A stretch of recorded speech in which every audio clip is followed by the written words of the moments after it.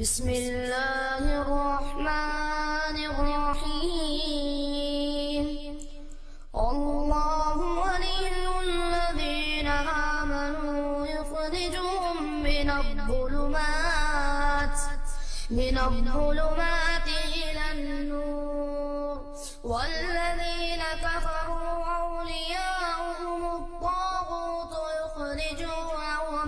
يخرجونهم من النور إلى الظلمات أولئك أصحاب النار هم فيها خالدون. إن الحمد لله نحمده ونستعينه ونستغفره ونعوذ بالله من شرور أنفسنا ومن سيئات أعمالنا من يهده الله فلا مضل له ومن يضلله فلا هادي له وأشهد أن لا إله إلا الله وحده لا شريك له.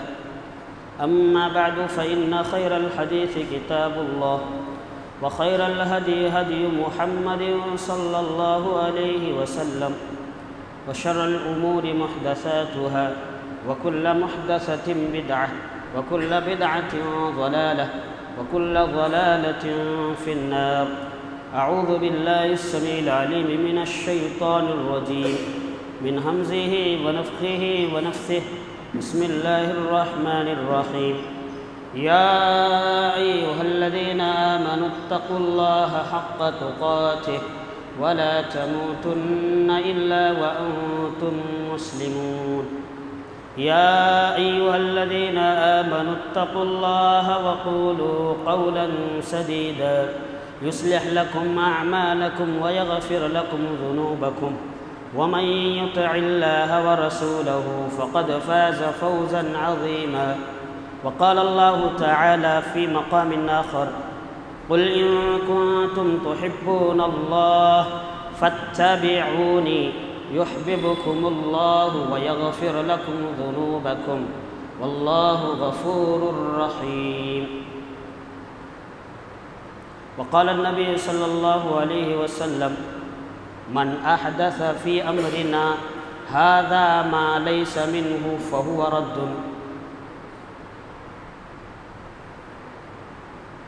محترم حضرات، تمام قسم کی تعریف و توصیف، حمد و ثناء، کبریائی و بڑائی اس اللہ رب العالمین کے لیے لائق و زیبا ہے جو ساری کائنات کا خالق و مالک ہے.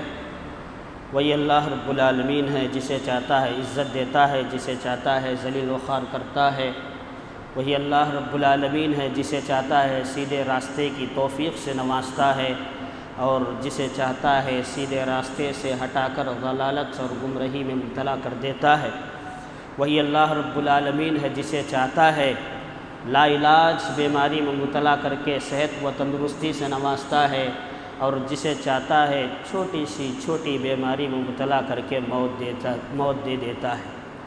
اس کے بعد درود ہو، سلام ہو تمام انبیاء کرام علیہم الصلاۃ والسلام پر، بالخصوص آخری نبی سید الانبیاء سید المرسلین جناب محمد مصطفیٰ صلی اللہ علیہ وسلم پر. اللہم صلی علی محمد وعلی آل محمد کما صلیت علی ابراہیم وعلی آل ابراہیم انکا حمید مجید. اللہم بارک علی محمد وعلی آل محمد کما بارکت علی ابراہیم وعلی آل ابراہیم انکا حمید مجید. محترم حضرات، آج کے اس خطبہ جمعہ میں میں آپ کے سامنے حالات کی مناسبت سے عید میلاد، اس کے تعلق سے قرآن و حدیث کی روشنی میں چند باتیں رکھنے کی کوشش کروں گا. اللہ سے دعا ہے کہ اللہ مجھے حق بات اور سچ بات کہنے کی توفیق عطا فرمائے اور آپ تمام لوگوں کو حق بات اور سچ بات سننے کی توفیق عطا فرمائے. پھر اس کے بعد جو باتیں آپ کے سامنے رکھی جاتی ہے، کہنے والے کو، سننے والوں کو اللہ عمل کی توفیق سے نوازے. آمین ثم آمین. حضرت حسان بن ثابت رضی اللہ عنہ کہتے ہیں، پیارے نبی صلی اللہ علیہ وسلم کی تعریف بیان کرتے ہوئے، وَأَحْسَنُ مِنْكَ لَمْ تَرَ قَطُّ عَيْنِي وَأَجْمَلُ مِنْكَ لَمْ تَلِدِ النِّسَاءُ خُلِقْتَ مُبَرَّأً مِنْ كُلِّ عَيْبٍ كأنك قد خلقت كما تشاء. حضرت حسان بن ثابت رضی اللہ عنہ نے ان اشعار کے ذریعے سے پیارے نبی صلی اللہ علیہ وسلم کی تعریف بیان فرمائی اور کہا کہ وَأَحْسَنُ مِنْكَ لَمْ تَرَ قَطُّ عَيْنِي، آج تک میری آنکھ نے اتنا حسین و جمیل چہرہ اور خوبصورت انسان نہیں دیکھا، کبھی نہیں دیکھا۔ وَأَجْمَلُ مِنْكَ لَمْ تَلِدِ النِّسَاء، اور کسی ماں نے اتنا خوبصورت بچہ پیدا نہیں کیا۔ خلقت مبرأ من کل عیب، اللہ کے نبی صلی اللہ علیہ وسلم تمام عیب سے پاک پیدا کیے گئے۔ کأنک قد خلقت کما تشاء، اللہ تعالیٰ نے اللہ کے نبی صلی اللہ علیہ وسلم کو ایسے بنایا، ایسے پیدا کیا جیسے خود پیارے نبی صلی اللہ علیہ وسلم چاہتے تھے۔ محترم حضرات، اللہ کے نبی صلی اللہ علیہ وسلم سے محبت کرنا یہ مومن ہونے کی علامت ہے۔ جو کوئی بندہ پیارے نبی صلی اللہ علیہ وسلم سے محبت نہیں کرتا وہ مومن نہیں ہو سکتا۔ اس کے لیے بے شمار آیتیں قرآن مجید میں ہمیں ملتی ہیں اور بے شمار حدیثیں بھی ہمیں ملتی ہیں۔ مثال کے طور پر صحیح بخاری کا اور صحیح حبان وغیرہ کے اندر وہ مشہور واقعہ آپ نے بارہا سنا ہوگا، اللہ کے نبی صلی اللہ علیہ وسلم اور حضرت عمر ابن الخطاب رضی اللہ عنہ ایک سفر کے اندر تھے۔ اللہ کے نبی صلی اللہ علیہ وسلم حضرت عمر رضی اللہ عنہ کا ہاتھ پکڑے ہوئے تھے۔ حضرت عمر رضی اللہ عنہ نے کہا، اے اللہ کے نبی، میری جان کے علاوہ تمام چیزوں سے میں آپ سے محبت کرتا ہوں۔ اللہ کے نبی صلی اللہ علیہ وسلم نے اللہ کی قسم کھائی اور کہا، اے عمر، اگر تم اپنی جان سے بھی زیادہ اگر مجھ سے محبت نہیں کرتے تو یہ محبت کی علامت نہیں، اس محبت کو اللہ تعالیٰ قبول نہیں کرے گا۔ حضرت عمر رضی اللہ عنہ نے اللہ کے نبی صلی اللہ علیہ وسلم کی جب یہ بات سنی تو اس کے بعد حضرت عمر رضی اللہ عنہ نے اللہ کی قسم کھائی اور کہا، اللہ کے نبی، اللہ کی قسم، میری جان سے بھی زیادہ آپ میرے نزدیک محبوب ہیں، میں آپ سے اتنی زیادہ محبت کرتا ہوں۔ اس موقع پر اللہ کے نبی نے کہا، الآن یا عمر، اے عمر، اب جو تم نے بات کہی اب مکمل ہے۔ تو اس حدیث سے، اس واقعے سے ہمیں یہ بات معلوم ہوتی ہے کہ اللہ کے نبی صلی اللہ علیہ وسلم سے محبت کرنا یہ مومن ہونے کی علامت ہے، اور جو کوئی اللہ کے نبی صلی اللہ علیہ وسلم سے محبت نہیں کرتا ہے وہ مومن نہیں ہو سکتا۔ یہاں ایک بات سمجھنے والی یہ ہے کہ اللہ کے نبی صلی اللہ علیہ وسلم سے محبت کرنا مومن کہلانے کی علامت یا مومن ہونے کی علامت ہے، تو یہ محبت کا معیار کیا ہو؟ پیارے نبی صلی اللہ علیہ وسلم سے محبت کرنے کا معیار کیا ہو؟ اللہ کے نبی صلی اللہ علیہ وسلم سے محبت کا معیار اتباع رسول ہے، اطاعت رسول ہے، اللہ کے نبی صلی اللہ علیہ وسلم کی پیروی ہے۔ میں نے خطبے کے شروع میں آپ کے سامنے جو آیت تلاوت کی قرآن مجید کی، اللہ فرماتا ہے، قُلْ إِن كُنتُمْ تُحِبُّونَ اللَّهَ فَاتَّبِعُونِ يُحْبِبُكُمُ اللَّهُ وَيَغْفِرْ لَكُمْ ذُنُوبَكُمْ وَاللَّهُ غَفُورٌ رَحِيمٌ۔ اللہ فرماتا ہے، اے محمد صلی اللہ علیہ وسلم آپ کہہ دیجئے، ان کنتم تحبون اللہ، اگر آپ اللہ سے محبت کرنا چاہتے ہیں، فَاتَّبِعُونِ، تم میری اتباع کرو، تم میری پیروی کرو۔ اللہ تعالیٰ اس آیت کے اندر اس بات کی طرف اشارہ فرما رہا ہے کہ محبت، نبی صلی اللہ علیہ وسلم کی محبت کا معیار اطاعت رسول ہے، اتباع رسول ہے۔ اگر کوئی بندہ صحیح طور پر، صحیح معنی میں پیارے نبی صلی اللہ علیہ وسلم کی اطاعت کرتا ہے، اللہ کے نبی صلی اللہ علیہ وسلم کی اتباع کرتا ہے، تو ایسا ہی انسان اللہ کے نبی صلی اللہ علیہ وسلم سے محبت کر سکتا ہے۔ اسی طریقے سے سنن ترمذی کی حدیث، پیارے نبی صلی اللہ علیہ وسلم فرماتے ہیں، من احب سنتی فقد احبنی ومن احبنی کان معی فی الجنہ، او کما قال علیہ الصلاۃ والسلام۔ اللہ کے نبی صلی اللہ علیہ وسلم فرماتے ہیں کہ جو کوئی بندہ، من احب سنتی، جو کوئی بندہ میرے طریقے سے محبت کرتا ہے، میری سنت پر عمل کرتا ہے، فقد احبنی، جس نے میرے طریقے کو اختیار کیا، جس نے میری اتباع کی، گویا کہ اس نے مجھ سے محبت کی۔ وَمَنْ أَحَبَّنِي، اور جو کوئی مجھ سے محبت کرتا ہے، كَانَ مَعِيَ فِي الْجَنَّةِ، وہ جنت میں میرے ساتھ ہوگا۔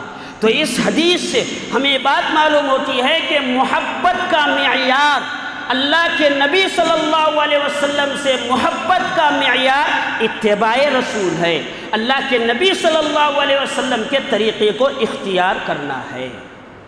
اگر اللہ کے نبی سے ہماری محبت ہے لیکن اس محبت کا معیار اتباع رسول نہیں ہے تو کوئی فائدہ نہیں ہوگا۔ میں آپ کے سامنے ایک دو مثالیں بیان کرتا ہوں۔ ابو طالب کا واقعہ آپ نے بارہا سنا ہوگا۔ اللہ کے نبی صلی اللہ علیہ وسلم سے محبت ان کو تھی، اللہ کے نبی صلی اللہ علیہ وسلم کا کتنا انہوں نے ساتھ دیا، محبت تھی اسی لیے ساتھ دیا، لیکن وہ محبت، اس کا معیار، اس محبت کا معیار اتباع رسول نہیں تھا۔ کیسے؟ انتقال کے موقع پر اللہ کے نبی صلی اللہ علیہ وسلم نے ابو طالب سے کیا کہا تھا؟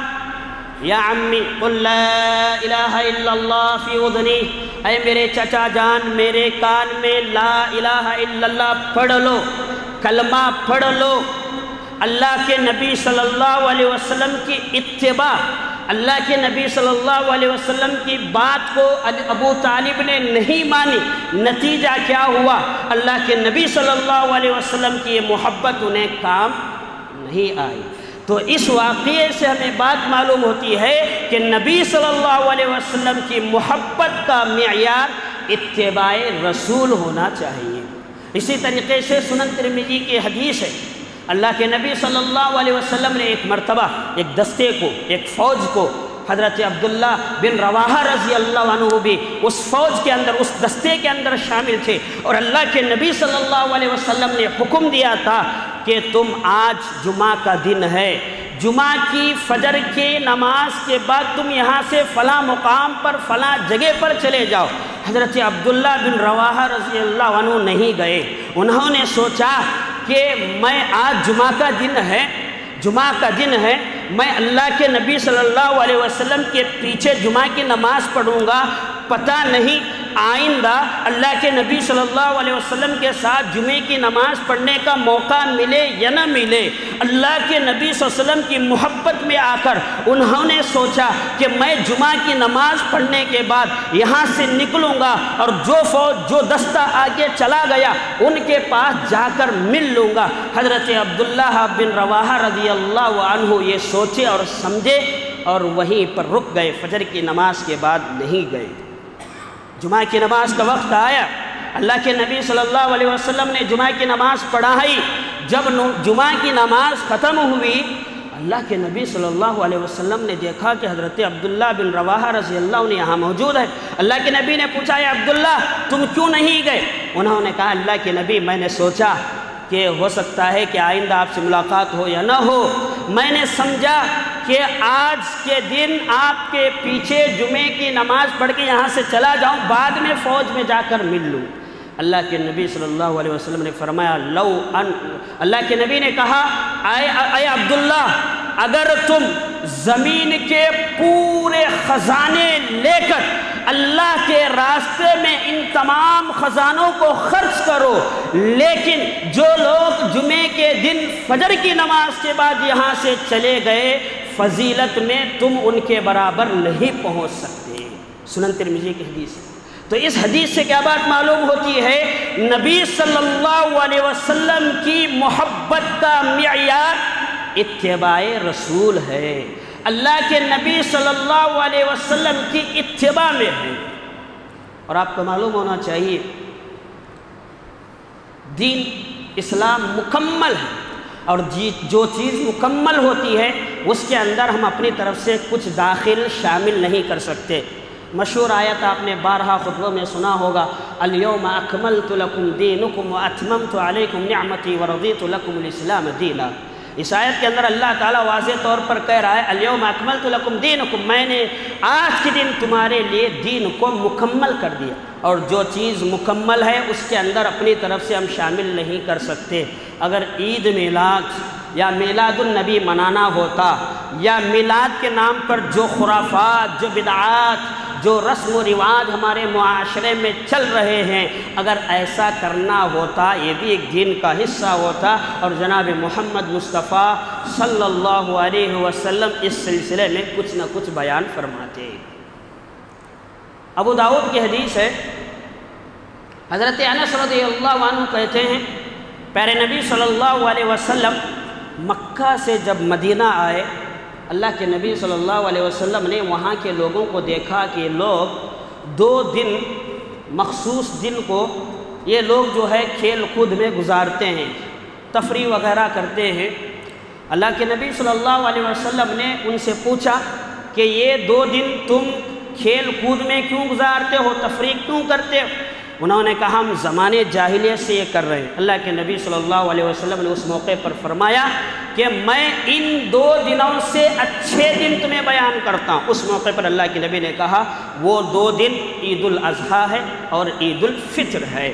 تو اللہ کے نبی صلی اللہ علیہ وسلم کی اس حدیث کے مطابق ہمیں بات معلوم ہوتی ہے کہ عید 2 ہی ہیں، عید الاضحیٰ اور عید الفطر۔ جمعہ کو چھوڑ کر میں آپ کے سامنے بیان کر رہا ہوں۔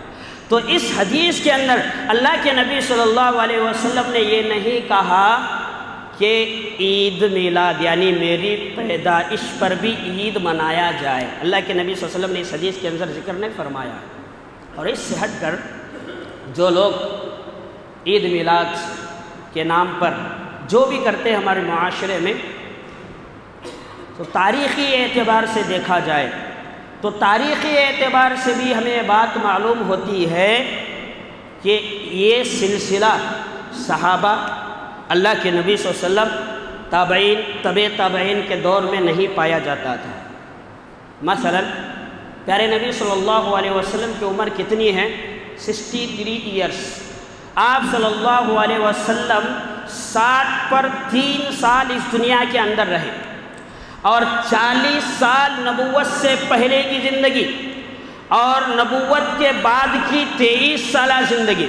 پیارے نبی صلی اللہ علیہ وسلم کی نبوت سے پہلے کی زندگی، نبوت کے بعد کی زندگی میں 60 پر 3 سال کی زندگی میں ہمیں کبھی یہ ثبوت، ایک صحیح پروف، ایک صحیح دلیل ہمیں نہیں ملتی کہ اللہ کے نبی صلی اللہ علیہ وسلم نے اپنی پیدائش پر جشن منایا ہو، یا عید کا دن اسے قرار دیا ہو، یا جو ہے ہمارے معاشرے میں لوگ جو خرافات کر رہے ہیں، جو عید کے نام پر اللہ کے نبی صلی اللہ علیہ وسلم کی محبت کے نام پر جھنڈے وغیرہ لے کر دوسروں کو تکلیفیں دیتے ہیں، دوسروں کو ایذائیں پہنچاتے رہتے ہیں۔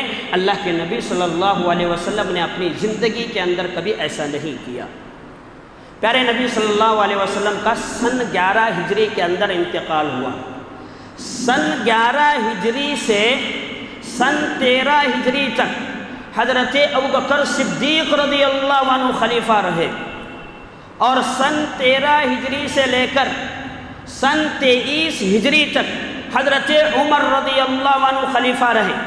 سن 23 ہجری سے لے کر سن 35 ہجری تک حضرت عثمان بن عفان رضی اللہ عنہ خلیفہ رہے، اور سن 35 ہجری سے لے کر 40 ہجری تک حضرت علی رضی اللہ عنہ خلیفہ رہے۔ موٹا موٹا حساب میں آپ کے سامنے رکھ رہا ہوں۔ اللہ کے نبی صلی اللہ علیہ وسلم کی وفات کے بعد، اللہ کے نبی صلی اللہ علیہ وسلم کے انتقال کے بعد خلفائے راشدین کا جو زمانہ رہا، موٹا موٹا حساب 30 سال کا زمانہ رہا۔ اور یہاں ایک بات یاد رکھنے والی یہ، پوری دنیا میں سب سے زیادہ محبت پیارے نبی صلی اللہ علیہ وسلم سے کوئی کرنے والے ہیں تو وہ صحابہ کرام رضوان اللہ علیہم اجمعین ہیں۔ اللہ کے نبی صلی اللہ علیہ وسلم سے محبت سب سے زیادہ صحابہ کرام کی طرح ہم اللہ کے نبی صلی اللہ علیہ وسلم سے محبت نہیں کرتے۔ وہ صحابہ کرام، اور صحابہ کرام میں جو خلفائے راشدین ہیں، اور خلفائے راشدین میں بھی وہ صحابہ جن کو اللہ کے نبی نے دنیا میں رہتے ہوئے ایک ہی مجلس میں جنت کی خوشخبری سنائی، ایسے صحابہ کرام ان کا زمانہ 30 سال رہا خلفائے راشدین کا۔ ان 30 سالہ زندگی میں نہ حضرت ابوبکر صدیق نے، نہ حضرت عمر رضی اللہ عنہ نے، نہ حضرت عثمان بن عفان رضی اللہ عنہ نے، نہ حضرت علی رضی اللہ عنہ نے، یہ چاروں خلفائے راشدین میں سے کسی ایک خلیفہ نے، کسی ایک صحابی نے اللہ کے نبی صلی اللہ علیہ وسلم کی پیدائش پر جشن نہیں منایا ہے، اللہ کے نبی صلی اللہ علیہ وسلم کی پیدائش پر عید میلاد کے طور پر نہیں منایا ہے۔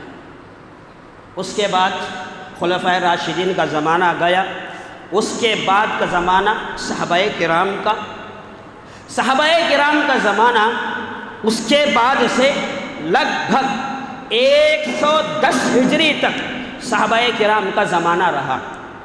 سن 40 ہجری سے 110 تک صحابہ کرام کا زمانہ رہا۔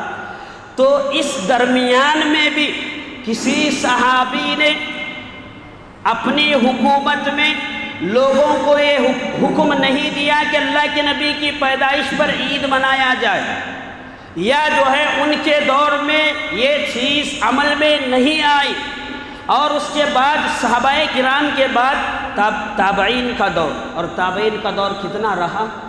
110 سے لے کر لگ بھگ 220 ہجری تک تابعین کا دور رہا۔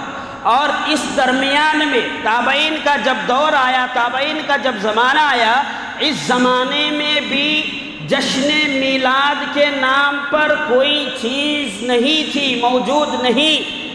اور اس کے بعد تبع تابعین کا زمانہ آیا۔ تبع تابعین کا زمانہ کتنا رہا؟ 220 سے لے کر 240 ہجری تک تبع تابعین کا زمانہ رہا۔ اور اس درمیان میں تبع تابعین میں بھی کسی نے اس رسم کو ایجاد نہیں کیا، شروعات نہیں کی۔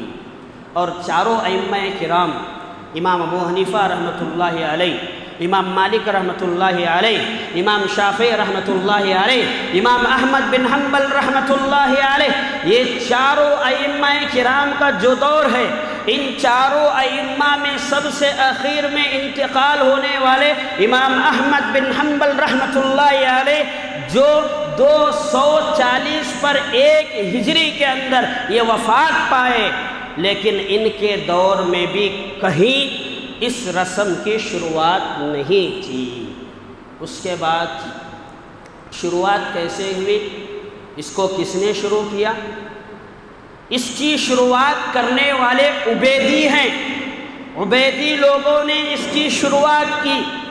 اور یہ عبیدی سن 360 پر 2 ہجری میں مصر کے اندر داخل ہوئے۔ اس کے بعد سے ان کا سلسلہ شروع ہوا، چالو ہوا، تو ان لوگوں نے اس رسم کی شروعات کی، اس کام کو شروع کیا۔ اور آپ کو معلوم ہونا چاہیے یہ عبیدی لوگ کون تھے۔ میں گہرائی میں نہیں جاؤں گا، سرسری طور پر 1-2 باتیں ان کے سلسلے میں بیان کروں گا۔ سب سے پہلی بات یہ ہے، عبیدی یہ وہ لوگ ہیں جنہوں نے مکے میں آ کر حاجیوں کو قتل کیا تھا۔ عبیدی یہ وہ لوگ ہیں جنہوں نے آج کا جو حجر اسود جو آپ دیکھتے ہیں، کتنے لوگ جو حجر اسود کو بوسہ دیے ہیں، جن لوگوں نے حجر اسود کو بوسہ دیا ہوگا، جن لوگوں نے حجر اسود کو دیکھا ہوگا، تو پتہ چلے گا کہ حجر اسود جو مکمل جو پتھر دکھائی دیتا ہے وہ مکمل حجر اسود نہیں ہے، بلکہ اس کے اندر ٹکڑے ٹکڑے ہیں جو لگائے گئے ہیں۔ جو اصل پتھر تھا یہی عبیدیوں نے چرا کر، یہ جو ہے عبیدی لوگ چرا کر لے گئے تھے۔ یہ عبیدی لوگ مصر کے اندر جب آئے تو انہوں نے اس قسم کی شرارتیں جو ہے شروع کی۔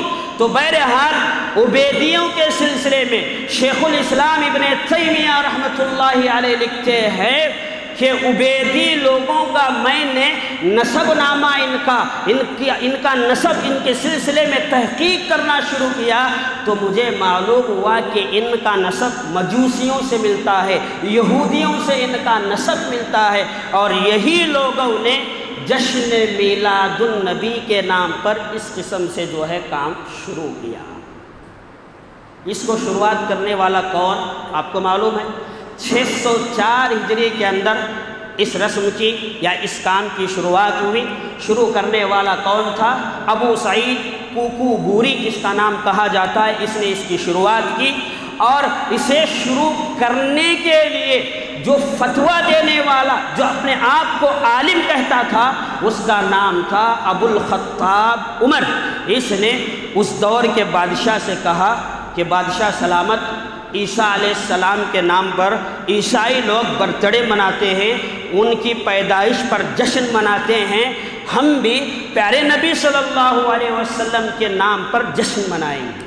اور آپ کو معلوم ہونا چاہیے عید میلاد کے نام پر یہ ایک ہی میلاد نہیں تھی، ان عبیدیوں نے 5 میلادیں انہوں نے شروع کی تھی، 5 میلادیں۔ نمبر 1 میلاد النبی، نمبر 2 میلاد علی، نمبر 3 میلاد فاطمہ، نمبر 4 میلاد حسن، نمبر 5 میلاد حسین۔ ان عبیدیوں نے 5 میلادیں شروع کی تھی، جس کا سلسلہ آج ہمارے معاشرے میں نام بدل کر، ناموں کو تبدیل کر کے دوسرے میلاد بھی شامل ہو چکے ہیں۔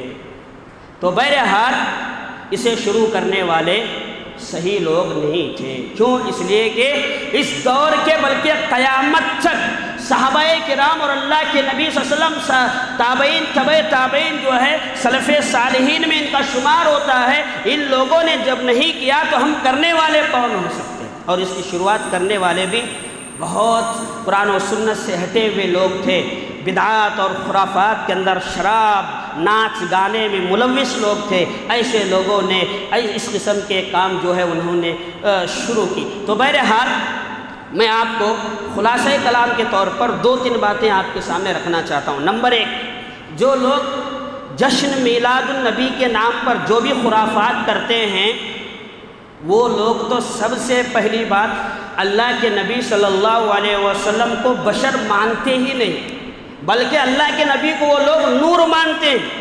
نور کا مطلب یعنی آپ نے بارہا سنا ہوگا، بہت سارے قوال ہے، نور والا آیا ہے، نور لے کے آیا۔ اس طرح سے ان کے عقائد ہیں، اور ان کا یہ عقیدہ ہے کہ اللہ کے نبی بشر نہیں بلکہ نور تھے۔ اور جو لوگ یہ کہتے ہیں کہ اللہ کے نبی بشر نہیں تھے، بشر کی میلاد کیوں مناتے ہیں؟ بشر کے نام پر میلاد کیوں منایا جاتا ہے؟ جو نور ہے اس کی میلاد منانے کا سوال ہی پیدا نہیں ہوتا ہے۔ غور کریں گے تو یہ بات لازم آتی ہے۔ اسی طریقے سے بعض لوگ یہ کہتے ہیں اللہ کے نبی صلی اللہ علیہ وسلم نے اپنی پیدائش پر خوشی منائی ہے، اسی لیے ہم بھی خوشی مناتے ہیں۔ کیسے؟ حدیث کے اندر یہ بات ملتی ہے کہ اللہ کے نبی صلی اللہ علیہ وسلم پیر کے دن روزہ رکھا کرتے تھے۔ صحابہ کرام میں سے کسی نے پوچھا کہ اللہ کے نبی آپ پیر کے دن روزہ کیوں رکھتے ہیں؟